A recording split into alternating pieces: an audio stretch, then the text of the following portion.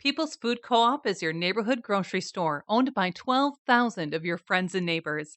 They serve high-quality foods, natural products, and support local farmers, featuring organic produce, meat and seafood, house-made bakery, deli, and more. You don't have to be an owner to shop. Learn more at www.pfc.coop. Prevention is the key to a healthy life. That's why Gunderson Health encourages you to learn about vaccines and how they can help you and your loved ones stay healthy. Vaccines protect against preventable diseases and viruses by boosting your body's defenses. Visit GundersonHealthFacts.com to learn more. Artspire is back on June 10th at the Pump House Regional Arts Center. Enjoy live music from Nicholas David, Charlie Boy, and High and Rising, plus a fine art fair, interactive art projects, and visual and performing arts. The event is free to all. Learn more at artspire.thepumphouse.org. We chatted with Jenna Hestekin, an artist working in pen and ink, scratchboard, and wire sculpture. We talked about intro to the arts, realistic pet commissions, and being a signature scratchboard artist. Come check out Jenna's work at Artspire Saturday, June 10th. You can find more conversations, food reviews, live music, weekend picks, and events on our website, lacrosselocal.com. I'm Amy. And I'm Brent. And this is Lacrosse Local. My name is Jenna Hestekin. I live in rural Buffalo County, which is some north of La Crosse. I've been doing art just as long as I could. I started with drawing when I was just a little kid. And then as I explored more different options, it's just been fun to get into wire sculpture. My drawing media now is mostly scratchboard and pen and ink artwork. I see some of the striking images of I would imagine cows or steer, donkeys, alpaca looking things. Sorry if I'm butchering them, but that's that sort of form that you're using there? Yeah. Okay. I've really gotten into doing a lot of farm animals and pets. There's a long history of farming in my family. I live on a century farm, been here pretty much my whole life, and just always inspired by all of the personalities that you see in the different animals, the cattle. We've always had cattle, so Sure. It's just really fun to see all the different personalities come through and then to, translate that through my drawings. So what is that called again? What is that process? It's called scratchboard. Scratchboard, okay. Yeah, and for those who may not be familiar, it starts with a hard board, and then that is covered with a layer of white clay. And then that white clay is covered with black ink. And you create the drawing by using sharp tools and abrasive tools to scratch through the ink to show that white clay layer. Wow, that's wild. Yeah, because, just looking at these, I thought they're great, by the way. I mean, they're very expressive and thank you. I mean, detail oriented. You could really see expression and almost feelings coming through on these animals. So I was kind of wondering how you got that.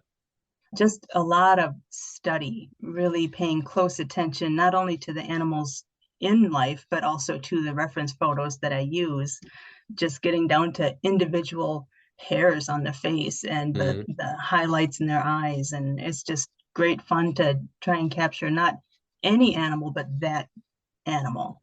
Sure. It's just a lot of fun to try and capture who is this animal, not just all animals.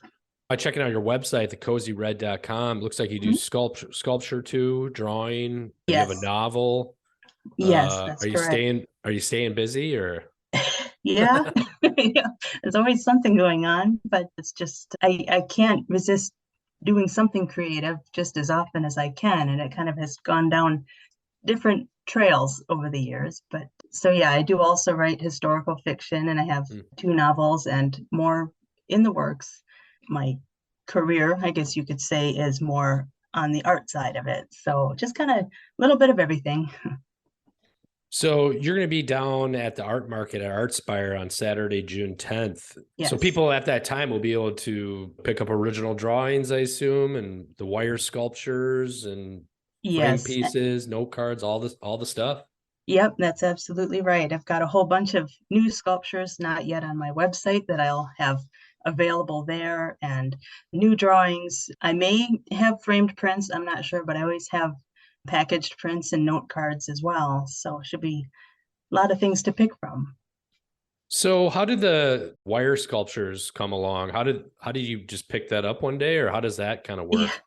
Yeah, a long time ago, I always wanted to try some kind of sculpture, but it was like to do traditional sculpture is quite an investment if you just want to play around. You have the clay and the kiln and all of that, and it's quite an investment. And I just thought I wanted to try it. So I made this little kind of basic cow out of wire because that's what I had on hand. And from there, it just kind of took off. After that, I did a horse that was a little bit more solid. Over the years, I've just fallen in love with that form of sculpture so that now they have just they're solid wire right to the core so that Mhm. they're heavy and they're sturdy. And then I finish them with different found objects like vintage or new jewelry, or there may be just bits of rusty junk that I find. You just Hmm. never know. They kind of decide for me what embellishments they need. Yeah, I mean, some of these pieces I know it looks like they're on a table, but some of them most of them are self-standing. Some of them have kind of a podium. How big are these? Is this something people could just put on a side table sort of thing? Yes, certainly. Most of them are about 10 inches tall or long Okay. or under. Kind of your standard figurine size is kind of common. And yeah, unless they have no legs, like fish, for example, they all stand on their own feet. They don't have bases generally, but they're good to go. Yeah, just checking these out. You have multicolored ones. I'm really digging the carmine. I think it's a fly or something. Oh, yes. Um, Yeah. that's a pretty sweet one. I also like the solid color ones as well. Those seem to be striking, exactly like the elephant that you have on here is one that's been sold. So you do commissions too, then. I do, yes, for sculptures and drawings. I do commissions for those, but I kind of have to make the choices on what embellishments to use or what. But it's always an interesting thing when someone is like, well, I would really like a sculpture of my dog. I can often make that work, but it does depend on the forms because wire has unique challenges in getting the shapes. So it's always a bit of a discussion. But I do drawing commissions as well, and I'm always very happy to draw people's pets. It's just always an honor when people trust me with portraying their pet with my work. Yeah. And sometimes I think the pet thing kind of comes off sometimes just not, I don't know, just not produced very well. I've seen it before, but these are like Mhm. so finely detailed. It's pretty wild. Oh, Also, just like thank the you. real character of, I would imagine how these animals actually are. Well, thank you. That's always fun to hear because, yeah, that's always the goal is to, draw that person's dog, not just the basset Ex- hound or just the alpaca or whatever it may be. So Sure. I appreciate that. Thank you. So it also looks like you have a full schedule, at least a couple events coming up here Yes. throughout the summer. Is that you kind of hit up three? I think you got here: Art Spire, Art Fair on the Green, Lakeville Yep. Art. Are you going to hit up a lot more? Or It just depends. I have art forms that take considerable time to do, so I don't sure, always have the ability to do a lot more than that. I usually do about 3 to 4 a year. Ideally, I would pick up more. I just have to keep working on my inventory and make sure I have enough stuff to provide for people. So for the year right now, I have those three events. so it looks like Art Spire, which is a great festival that we like to promote. Art Spire Saturday, June 10th is your first one. So Yes, you that's so right. you should be all stocked up and ready to go right Yep, before. that's the first one of my years, so I'll Yeah. have my best supply right then. So in terms of like following along with you, maybe someone's interested in some of these drawings and just kind of check out your work. What's the best spot for them to go? You can find out the most information at my website.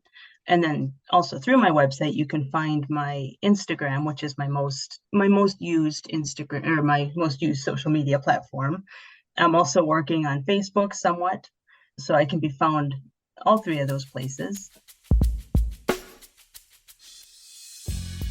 Lacrosse Local Podcast is a production of River Travel Media. Do you have an interview idea you'd like to share with us? Message us on Facebook at Lacrosse Local. Find out more about us at lacrosselocal.com, and you can subscribe to the Lacrosse Local Podcast on your favorite podcast app. If you like us, rate us 5 stars. We appreciate it.